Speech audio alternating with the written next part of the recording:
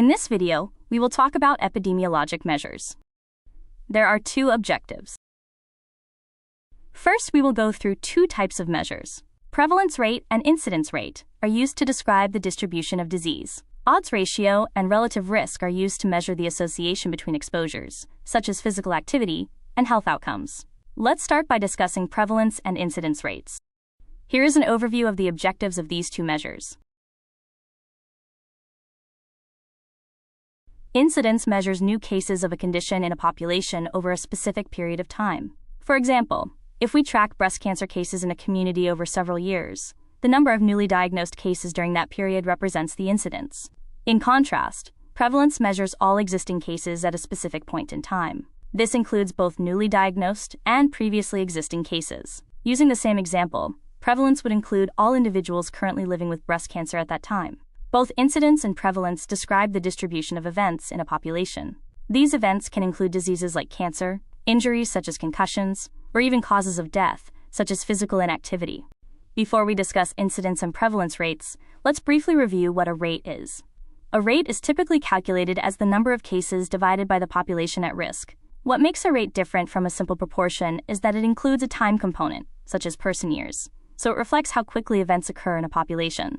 Now, applying the concept of a rate, the incidence rate measures the occurrence of new cases in a population over a specified period of time. The numerator is the number of new cases, and the denominator is the total person time at risk. This concept can feel a bit abstract at first, but we will go through examples next to make it clearer.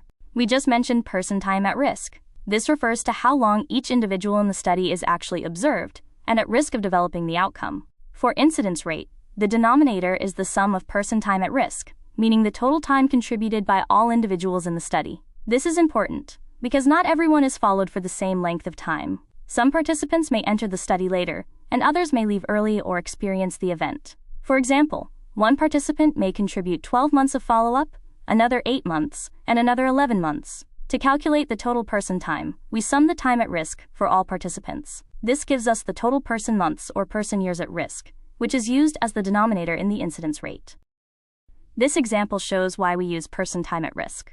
County A has a 1-year follow-up, while County B has a 5-year follow-up. When we account for time, both counties have a similar incidence rate, about 200 cases per 100,000 person years. However, if we ignore time and just count total cases, County B would appear to have a higher disease burden, simply because people were followed longer. This demonstrates that including time in the denominator allows for a fair comparison of disease occurrence across populations, with different follow-up periods. Let's walk through an example of calculating person years at risk. Each participant contributes a different amount of follow-up time. For example, participant A contributes 4 years, B contributes 6 years, C contributes 8 years, D contributes 10 years, and E contributes 8 years. When we sum these together, the total person years at risk is 36 years. Next, we look at how many new cases occurred during this time period. In this example, there is only one case, so the incidence rate is calculated as 1 divided by 36 person years at risk. This graph is similar to the previous one, but the key difference is that the duration is only 1 year. In this case, we typically use the population at the midpoint of the time interval as the denominator. Here, the midpoint population is 5. During this 1-year period, there is only one new case. Therefore, the incidence rate is 1 divided by 5. Okay, now let's shift towards the prevalence rate. Different with incidence rate, prevalence rate is the number of all existing cases, including existing cases and new incoming cases, divided by the total population at that time. It includes point prevalence and period prevalence. Point prevalence is to evaluate the rate at a specific time point, while prevalence rate is to evaluate the rate during a period of time. Now let's walk through an example of calculating point prevalence. This figure tracks 5 participants, A to E, over 10 years, and we want to calculate prevalence at the beginning, midpoint, and end. The red line represents the diseased period, while the gray dashed line is for the risk period. At the beginning, all 5 participants are in the population. 2 individuals have the disease, so the point prevalence is 2 out of 5. At the midpoint, you calculate it the same way. Count how many individuals currently have the disease divided by the total number still in the population at that time. At the end point, the total population is reduced to 3 because participant A moved away and participant B died. So only 3 individuals remain in the population. Among those 3, 2 have the disease. Therefore, the point prevalence at the end is 2 out of 3. Now, using the same tracking graph, let's calculate period prevalence. Period prevalence measures the proportion of individuals who had the disease at any time during a specified period. Unlike incidence, we do not use person time. The denominator is the total population at the start of the study. In this example, the total population is 5. For the numerator, we count anyone who had the disease at any point during the 10-year period, regardless of whether they later recovered. Here, 4 participants experienced the disease at least once, so the 10-year period prevalence is 4 out of 5. To summarize, a common analogy is the bathtub model. Prevalence is like all the water currently in the bathtub. It represents all existing cases. Incidence is the water flowing into the tub. It represents new cases. Mortality or recovery is the water draining out. It represents cases leaving the population. This model helps visualize how prevalence is influenced by both incidence and the duration of disease. Now let's look at the relationship between incidence and prevalence in a real-world example. The x-axis shows time, while the left y-axis represents the number of diagnoses and deaths, and the right y-axis shows prevalence. The orange line represents diagnoses, which we can think of as incidence, and the blue line represents deaths. After 1995, even though diagnoses decreased, prevalence continued to increase. Why does this happen? Because prevalence reflects the total number of people living with the disease. Even if fewer new cases occur, if people are living longer with the disease and death rates are lower than incidence, the total number of cases will continue to grow. So far, we've discussed prevalence and incidence rates, which describe the frequency of disease in a population. These are descriptive measures. They help us understand how a condition changes over time, but do not tell us about relationships between variables. If we want to examine associations between exposures and outcomes, we need different measures. 2 key metrics are relative risk and odds ratio, which we will cover in the following slides.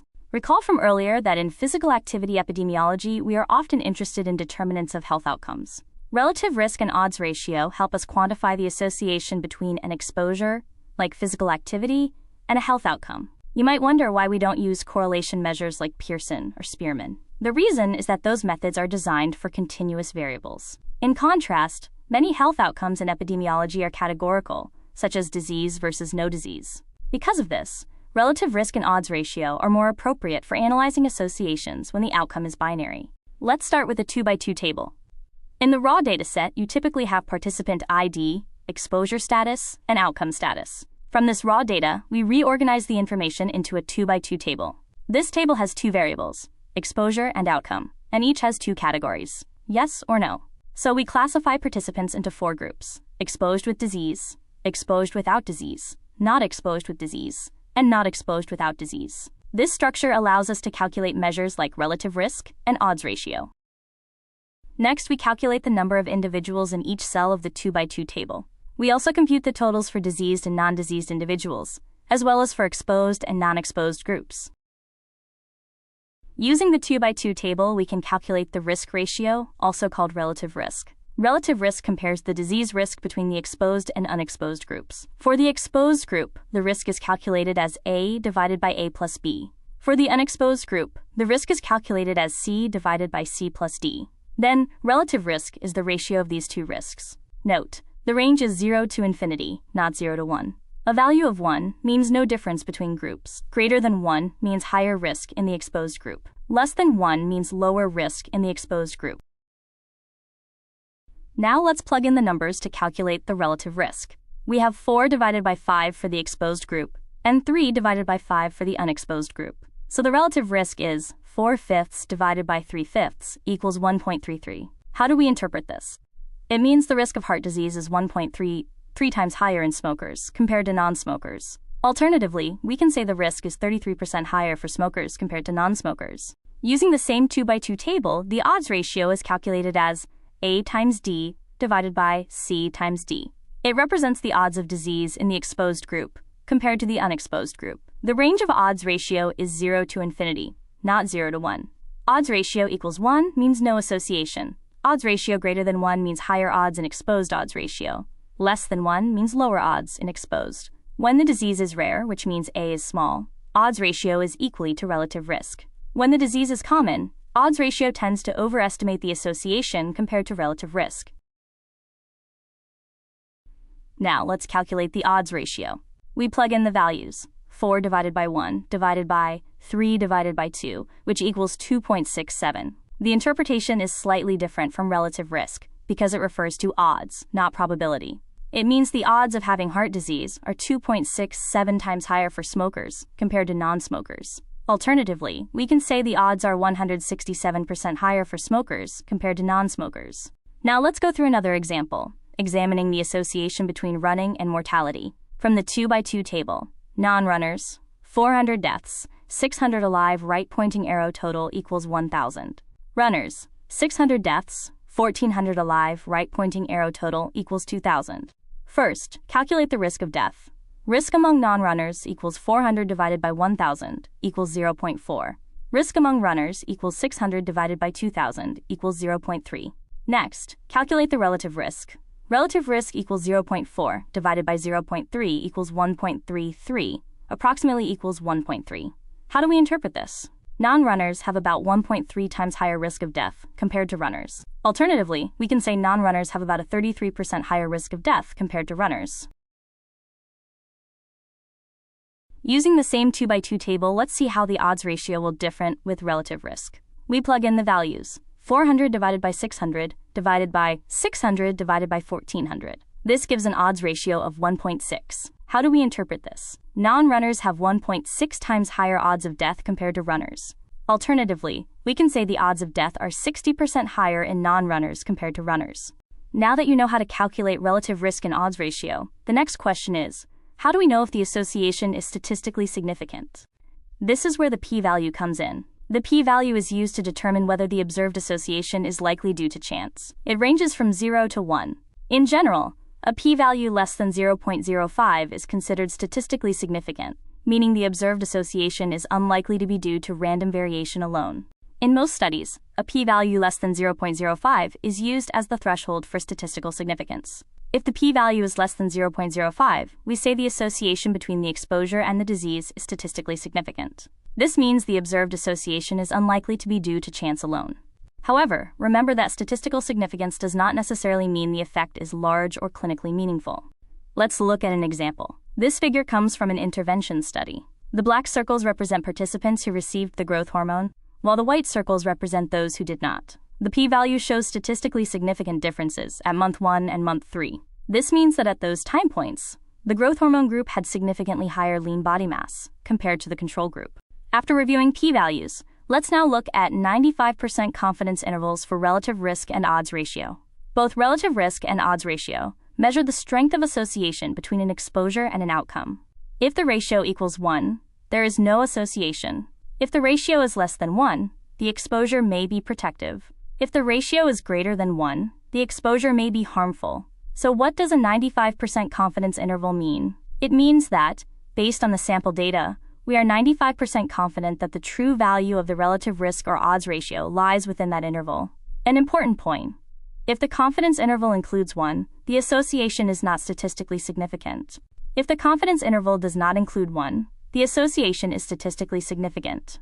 Then, let's take a look at an example to determine the statistically significant using 95% confidence interval. Which relative risk is not statistically significant? Which confidence interval include 1? Yes, the relative risk is 0.75. Now, let's interpret the 95% confidence interval of 0.2 to 1.3. Because the confidence interval includes 1, this result is not statistically significant. This means we cannot conclude that there is a true difference between the observed relative risk of 0.75 and the null value of 1. Although the point estimate suggests a 25% lower risk, the wide confidence interval indicates uncertainty, so the result is not statistically significant.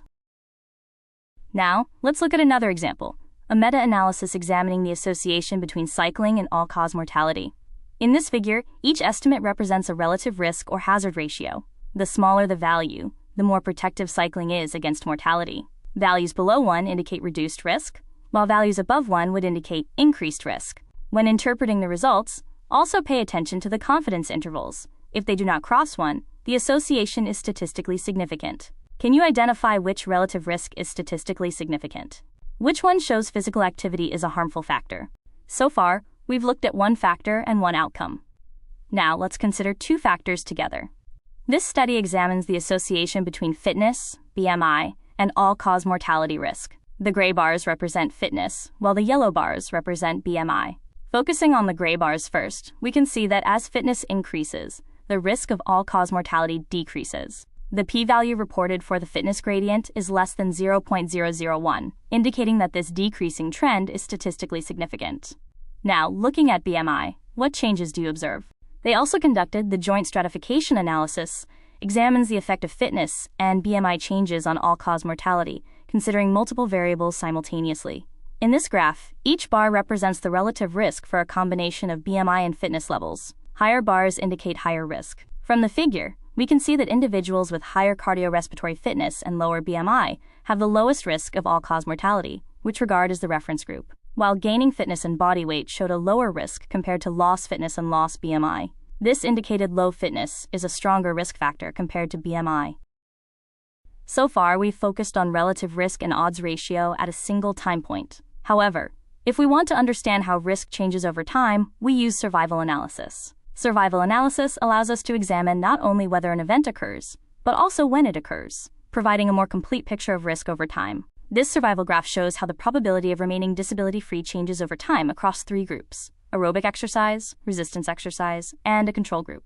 The x-axis represents follow-up time in months, and the y-axis represents survival probability. Each downward step indicates participants developing disability. The control group declines the fastest, suggesting a higher risk. In contrast, both exercise groups maintain higher survival probabilities over time, indicating a protective effect of physical activity. Aerobic exercise appears slightly more beneficial than resistance exercise. Overall, this figure shows that engaging in aerobic exercise helps individuals remain disability-free longer, and survival analysis is valuable because it captures both the occurrence and timing of health outcomes.